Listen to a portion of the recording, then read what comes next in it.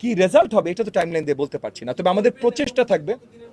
আমরা যে জিনিসগুলো ইতিমধ্যে করছি, আমাদের এলাকায় যতগুলো এলাকা আছে সব জায়গায়, যেমন মনে করেন মোহাম্মদপুর থানায় 550টা নতুন সিসিটিভি আমরা লাগাচ্ছি সব হটস্পটে, ক্রাইম হটস্পটগুলোতে।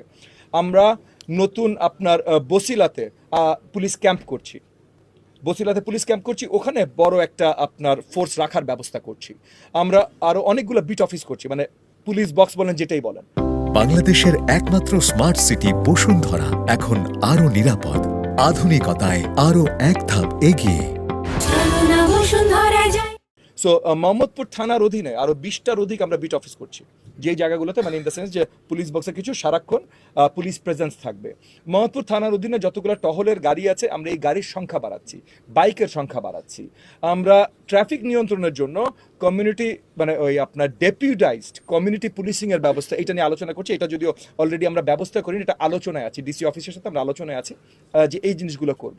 সো আমরা সিসিটিভি ক্যামেরা লাগাচ্ছি, আমরা এলাকাবাসীদেরকে অন্তর্ভুক্ত করছি, আমরা পুলিশের টহল সব কিছু বাড়াচ্ছি, এবং চাঁদাবাজি বা সব কিছু নিয়ে আমরা জিরো টলারেন্স নিয়ে আসছি। ওই যে যেটা বললাম যে এই যে গতকাল যে একটা ঘটনা ঘটেছে, আমরা পরিষ্কার বলে দিয়েছি আমার সাথে ছবি আসে যায় না।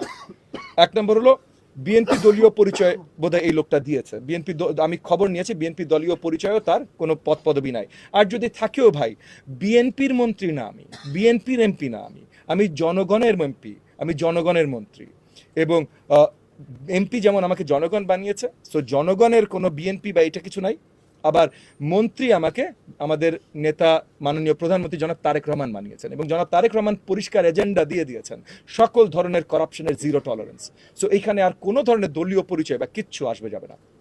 জি, মোহাম্মদপুরে আমি দেখেছি যে বিশেষ করে বিহারি ক্যাম্প, জেনেভা ক্যাম্পে হুমায়ুন রোডে প্রতিদিন সকাল থেকে শুরু করে রাত অবধি শাকপাতার মতো আপনার মাদক বিক্রি হচ্ছে। জি, একদম প্রকাশ্যে। জি, এইটাকে বন্ধ করার জন্য কোন ধরনের উদ্যোগ আপনি নেবেন কিনা, এবং মোহাম্মদপুর থানাকে সেভাবে কোনো ইনভেস্টিগেশন দিবেন জি। কিনা? মোহাম্মদপুর থানাকে ইতিমধ্যে এগুলো রিলেটেড ইনস্ট্রাকশন দেওয়া হয়েছে, এবং একই সাথে আমরা জেনেভা ক্যাম্প এবং বাকি যে 5টা ক্যাম্প আছে, এই 6টা ক্যাম্পের সাথে আলোচনা করছি।